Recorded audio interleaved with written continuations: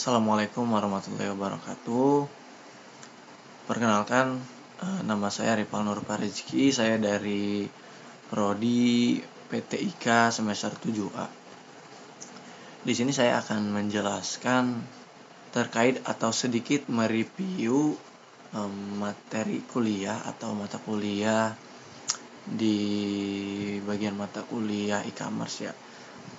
Jadi ada beberapa pembahasan tentang materi e-commerce. Mungkin yang pertama itu ada di pengertian, terus jenis dan manfaatnya. Oke, sebelum itu izin Pak dosen, saya Ripal Nur Parizki, NIM saya 211223026. Oke, saya langsung saja kepada materi pembahasan. Mungkin nanti disambung ke penjelasan pembuatan akun ini ya, Shopee Seller. Ya, tapi di sini juga saya sudah punya akun Shopee dan udah mendaftarkan di akun Shopee Seller. Tapi nanti saya akan membahasnya ya. Oke, mungkin yang pertama itu saya akan menjelaskan terkait pengertian. Apa sih itu e-commerce? Rekan-rekan mungkin pernah mengetahui atau pernah mendengar yang namanya kewirausahaan atau berusaha gitu. Tetapi e-commerce ini bisa dikatakan itu bersatu dengan di era globalisasi. Nah, yang dulu kan yang namanya kewirausahaan itu kita berusaha atau namanya kita mempunyai usaha yang dijual di situ-situ saja gitu. Misalkan contoh kita punya tempat rumah makan, itu memang kewirausahaan, kita berusaha tetapi pasarnya itu di lingkupnya itu kecil. Walaupun mungkin sudah besar gitu namanya, tetapi mungkin bisa jadi lingkupnya hanya offline saja, orang yang datang langsung kepada toko tersebut. Tetapi bedanya dengan e-commerce itu cakupannya lebih luas dan kita juga bisa berbelanja dengan cara online atau hanya dengan menggunakan ponsel seperti itu. Nah, mungkin hal tersebut itu dilatar belakangi dengan kemajuan teknologi yang sangat pesat, rekan-rekan. Nah, jadi dengan kemajuan teknologi yang sangat pesat, bisa jadi kita sangat diuntungkan ya. Tetapi kadang jiwa kita tahu badan kita tuh sangat kurang bergerak. Karena apa? Karena sekarang belanja nggak harus jalan kaki, nggak harus kita berangkat ke pasar, tetapi kita cukup sambil rebahan saja kita bisa membeli sesuatu gitu, bisa pesan, nggak usah ada yang namanya transaksi langsung, ini bayar, ini barang, enggak. Jadi kita hanya bisa COD sistemnya atau bisa langsung bayar menggunakan e-wallet gitu ya, langsung bayar, kita pesan, pilih yang mana. Dan memang di situ ada beberapa keuntungan dan beberapa kekurangan gitu. Nah, mungkin kelebihannya seperti itu, kita tidak usah kemana-mana, cukup di rumah langsung kita bisa membelinya. Dan banyak juga pilihan tanpa harus capek gitu ya. Terus yang kedua mungkin kekurangannya itu, kita kan kalau ke offline store itu kan kita bisa langsung bisa langsung milih ya, lihat bahannya kayak gini, ukurannya ini pas, dicobain dulu gitu ya. Tetapi memang kekurangan di online store itu atau di bagian e-commerce itu, aplikasi e-commerce itu ya kayak gitu, kita tidak bisa mencoba secara langsung. Bahkan ada beberapa review juga, ini kekecilan, ini kebesaran, atau ini warnanya tidak sesuai dengan pesanan, seperti itu.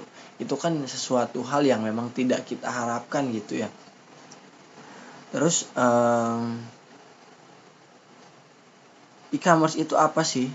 Nah, e-commerce itu menurut istilah itu berarti suatu proses terjadinya transaksi jual beli dalam prakteknya terjadi secara online. Mungkin tadi sudah dijelaskan secara rinci, tetapi ini secara umumnya seperti itu, teman-teman.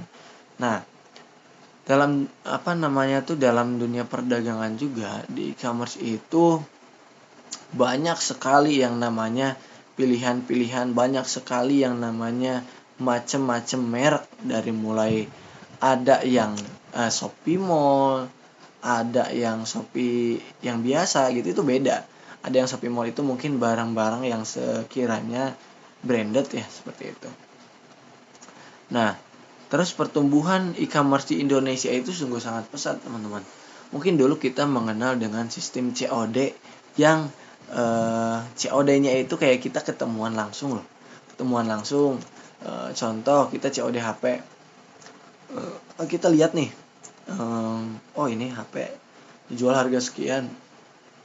Misalkan kalau di Sunda ya, Kang, lokasi mana? Nanti kita kalau COD Kang di sini. Nah, itu kita mengecek secara langsung, terus bisa nego-nego secara langsung, dan ya gitu, langsung ketemu sama orang yang mempunyai barang tersebut. Nah, tapi bedanya COD yang di e-commerce sekarang itu kan cash or delivery gitu ya. Jadi cash on delivery ini, jadi kita bayar pas diantarkan, seperti itu. Mungkin yang awal-awal itu kita tidak bisa mengecek dulu ya, tetapi setelah ada beberapa perkembangan, ada sistem COD cek dulu. Nah, COD cek dulu itu bisa kita setelah melakukan check out, terus datang barangnya selama 3 hari atau bahkan lebih gitu ya. Kita bisa meminta untuk dicek dulu barangnya karena kita menggunakan sistem COD cek dulu. Nah, jadi setelah setelah dicek itu, ketika sesuai kita bisa membayarnya, tetapi ketika tidak sesuai kita bisa mengembalikannya atau di-return. Seperti itu. Nah, perkembangannya itu mungkin tadi dilihat dari Facebook, atau awalnya kita belum ada, terus ke Facebook kita bisa jualan di Facebook, kita bisa mengirimnya secara langsung, tapi tetap lingkupnya waktu awal hanya lingkup pertemanan aja di Facebook. Nah, terus makin kesini ada Shopee, bahkan sekarang itu ada yang namanya TikTok Shop. Nah, kita di awal adanya TikTok Shop itu mungkin sangat diuntungkan ya, karena memang TikTok itu lebih murah juga. Tetapi TikTok Shop itu beberapa waktu kebelakangan itu sempat dipermasalahkan dan ditutup, teman-teman. Apa sih yang menjadi kenapa bisa ditutup gitu loh? Nah, satu mungkin karena perizinan, teman-teman. Nah, perizinan TikTok itu di Indonesia itu sebagai media sosial, bukan sebagai e-commerce. Nah, media sosial, hanya untuk sebatas informasi, hanya sebatas hiburan, mungkin seperti itu ya. Dan media komunikasi seperti itu. Nah, tetapi TikTok itu melakukan adanya seller lah gitu ya, untuk penjualan gitu. Makanya itu perizinan tidak diperbolehkan, seperti itu.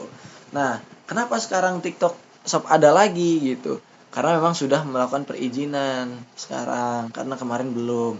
Dan bahayanya sebenarnya kemarin itu, bukan bahaya sih, lebih tepatnya yang diuntungkan karena adanya TikTok Shop, yang diuntungkan TikToknya, pihak TikTok dan pihak penjualannya gitu. Ke Indonesia itu belum ada pemasukannya karena pajaknya itu pajak media sosial, bukan pajak e-commerce, seperti itu. Nah, jadi lebih diuntungkannya TikTok Shop dan juga daripada Shopee atau Lazada itu seperti ini, teman-teman. Kita kan sehari-hari kita mungkin kebanyakan sekarang itu bukannya TikTok ya, anak-anak muda itu bukannya TikTok. Nah, di TikTok itu juga ada fitur live, mungkin orang-orang banyak live yang selain hiburan itu berjualan juga, teman-teman. Nah, sebenarnya di Shopee juga ada, mungkin di Lazada atau yang lain juga ada nggak ya? Ada kayaknya ya. Nah, ada, tetapi ketika kita TikTok itu mungkin lebih jarang di skip atau bisa sering dilihat lah. Nah, dan pintarnya orang yang bikin video atau bikin live itu ya menarik, seperti itu yang sekarang menarik gitu. Nah, Jadi di TikTok itu ketika kita scroll ada nih yang barang ini check out tanpa disengaja ya gitu, kayak kita itu kayak terhipnotis lah seperti itu. Nah, terus kalau di Shopee kan enggak. Ketika kita pengen belanja baru kita masuk aplikasi Shopee, kita pilih-pilih seperti itu ya. Tapi kalau di TikTok yang kayak gitu bedanya. Nah, rekan-rekan mungkin itu ada beberapa contoh aplikasi e-commerce ya tadi yang sudah saya sebutkan seperti TikTok, Lazada, Shopee, Tokopedia, dan masih banyak lagi yang mungkin sekarang. Nah, tidak hanya yang disebutkan itu, mungkin bagi para pedagang online sekarang, TikTok itu benar-benar menumbuhkan jumlah pemasukan kepada kita kalau kita memang benar-benar optimal dalam melakukan online shop tersebut atau jadi sebagai seller di online store tersebut. Nah, e-commerce itu faktor turut mempengaruhi pertumbuhan e-commerce adalah meningkatnya jumlah penduduk. Di Indonesia kan jumlah penduduk itu meningkat juga ya. Nah, karena jumlah penduduk banyak dan teknologi sekarang makin canggih, anak SD pun sekarang megang Android, bahkan megang iPhone lah gitu, megang yang iOS gitu. Nah, yang kedua itu meningkatnya penggunaan smartphone. Nah, seperti yang tadi saya sudah sebutkan, anak SD bahkan sekarang anak kecil aja udah megang yang namanya smartphone. Nah, jadi sekarang karena memang keadaannya seperti itu, jadi ya bukan mau nggak mau ya, tetapi keadaan juga memaksakan seperti itu gitu, karena makin malas megang HP terus. Bahkan anak-anak kecil sekarang itu udah kelihatan jarang banget main di teras, jarang banget main sama teman-teman ngumpul, hanya sebatas mungkin video call seperti itu ya. Nah, walaupun dalam konteks plus minusnya, tetapi kita mungkin karena sekarang di era globalisasi kita membahas keuntungan aja ya. Nah, dan yang ketiga itu karena memang koneksi internet ataupun dan media sosial itu semakin banyak, makanya sekarang itu banyak marketplace juga seperti itu. Bentar, ada gangguan dulu. Saya haus rekan-rekan.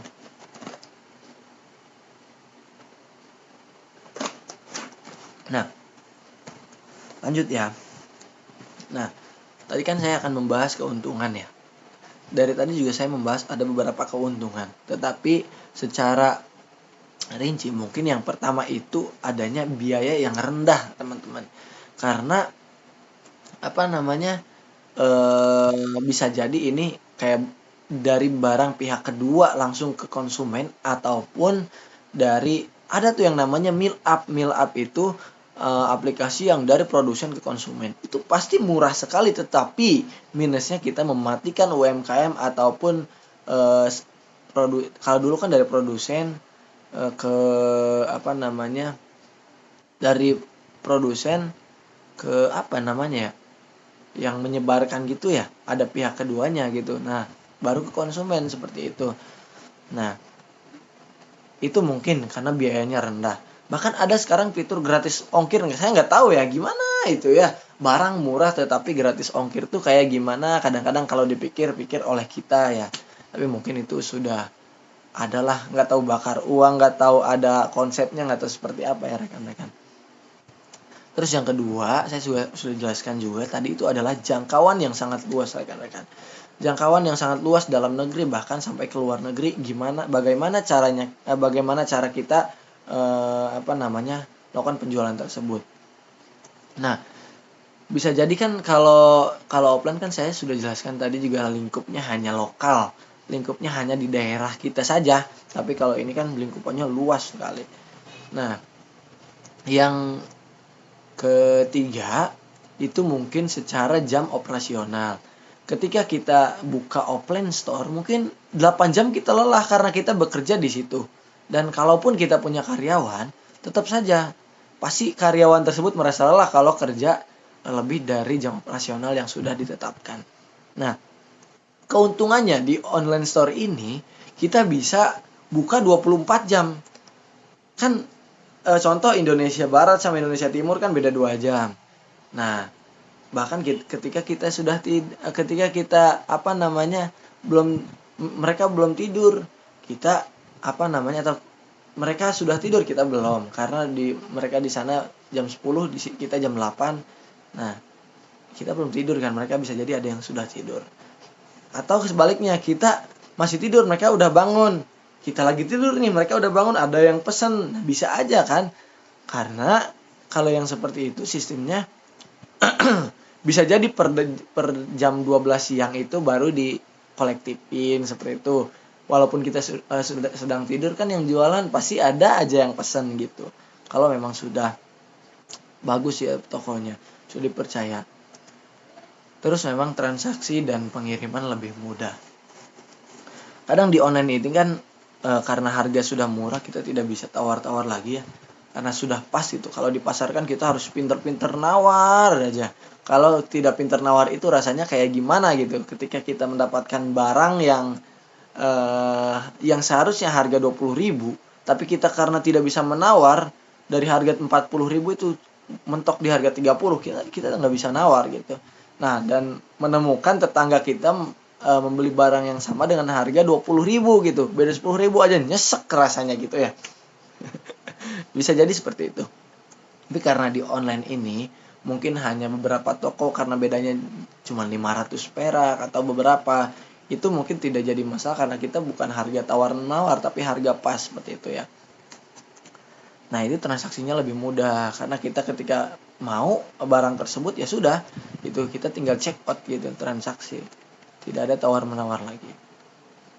Nah, kalau di online juga itu e-commerce itu nggak perlu yang namanya stok barang, teman-teman. Kenapa nggak perlu stok barang? Nah, ketika kita di offline store itu harus stok barang. Kenapa? Karena memang kalau orang lain masuk ke toko kita, ketika nggak ada barangnya gimana? Ya kan? Apa yang mau dibeli gitu. Tapi ketika online itu kita nggak ada barangnya tapi kita taruh keranjangnya, itu bisa aja. Nah, ketika kita ada yang beli berapa puluh gitu, kita bisa produksi atau kita bisa membelinya lagi dari yang produksinya langsung seperti itu. Nah, terus di sini juga bisa yang terakhir itu mempelajari karakter pelanggan, ataupun mungkin sekarang ada yang namanya algoritma ya rekan-rekan. Nah, ketika kita sudah mengecek nih sepatu, pasti itu keluar sepatu aja. Nah, jadi diuntungkannya di situ. Kayak kita tuh kayak diiklankan secara gratis juga oleh TikTok seperti itu. Nah, mungkin itu beberapa keuntungan ya dari e-commerce tersebut. Nah, teman-teman, tadi saya akan menjelaskan sedikit ya terkait Shopee Seller. Nah, maaf teman-teman. Nah, di sini saya sudah mendaftar Shopee Seller. Nah, teman-teman, daftar Shopee Seller itu mudah saja ya. Nah, ketika kita masuk akun Shopee, kita membuat akun Shopee, di atas itu ada toko saya. Atau sebelum ada toko saya itu buat toko kalau nggak salah ya. Di pojok atas ini ya. Nah, terus di sini ada nih yang namanya abis masuk ke sini tuh saya kan belum ada produk yang dibuat karena hanya membuat akun saja. Nah, akunnya ini gimana sih cara bikinnya? Ya, kita tinggal masukkan langkah-langkahnya aja terlebih dahulu. Nah, di situ nanti ada spesifikasi produk apa yang mau dijual, terus apakah barang ataukah jasa. Kalau jasa sih agak enggak ya. Di sini mungkin barang ya. Nah, nanti ada sampai foto KTP seperti itu ya. Biasalah untuk keamanan juga. Terus di sini setelah masuk seperti ini, kita bisa yang namanya membuat atau produk. Nah, di sini kan ada nih spesifikasinya. Karena saya belum ada, jadi di sini bisa tambah produk, teman-teman. Nah, bisa dilihat oleh teman-teman semua. Produk di sini tinggal foto produknya seperti apa, nama produknya apa, deskripsi produk itu, deskripsi dari produknya itu apa gitu. Contoh bola ukurannya berapa segala macam lah seperti itu, atau warnanya apa gitu. Nah, ini ada kategori, contoh kategori nih, ini ada seperti tadi, ada bahan ada elektronik, sepatu pria, handphone segala macam lah. Ini ada kategorinya. Terus ini kita juga harga bisa ngatur di sini rekan-rekan. Nah, harga bisa diatur, harganya berapa, stoknya berapa. Nah, ongkos kirim kita bisa atur, ataukah sesuai dengan jarak, ataukah ada juga yang beratnya gitu, sesuai dengan berat, lebar dan juga panjang, sesuai dengan dimensinya ya, ukuran dimensinya. Nah, di sini juga ada yang namanya pre-order ataukah tidak. Yang maksud pre-order ini gini, ketika kita mempunyai stok, itu nggak usah pre-order karena kita bisa langsung kirim. Tapi ketika stoknya sudah menipis atau nggak ada, itu ketika ada yang pesan melebihi stok yang kita punya, itu bisa pre-order. Nah, pre-order ini bisa kita cantumkan waktunya seperti itu. Nah, mungkin itu ya pembahasan sedikit dari saya tentang e-commerce, dan juga sedikit contoh tentang Shopee seller seperti itu. Nah, mungkin hanya itu saja yang dapat saya sampaikan, teman-teman semua. Atas segala kekurangan dan belibetan saya berbicara, saya mohon maaf. Karena saya juga masih belajar. Ditutup. Assalamualaikum warahmatullahi wabarakatuh.